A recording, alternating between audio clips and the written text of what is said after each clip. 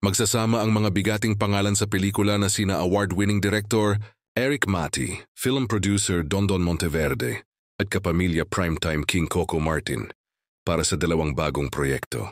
Sa ginanap na media conference nito ngayong araw, inanunsyo na si Coco ang bibida sa On the Job, Maghari, sa susunod na taon at May Pag-asa, The Battles of Andres Bonifacio.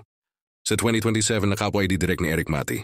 Nauna nang idinirect ni Eric ang unang installment ng On the Job noong 2013 na sinundan pa ng On the Job The Missing 8 noong 2021.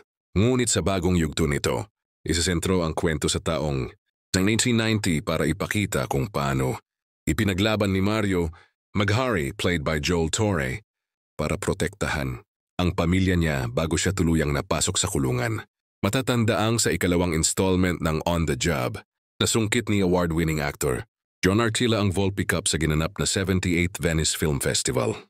Ito ay dahil sa natatangi niyang pagganap sa nasabing pelikula. Samantala, bibigyan naman ni Coco ng panibaong bersyon ng buhay ng bayani at ama ng katipunan na si Andres Bonifacio sa pagganap niya sa May Pag-asa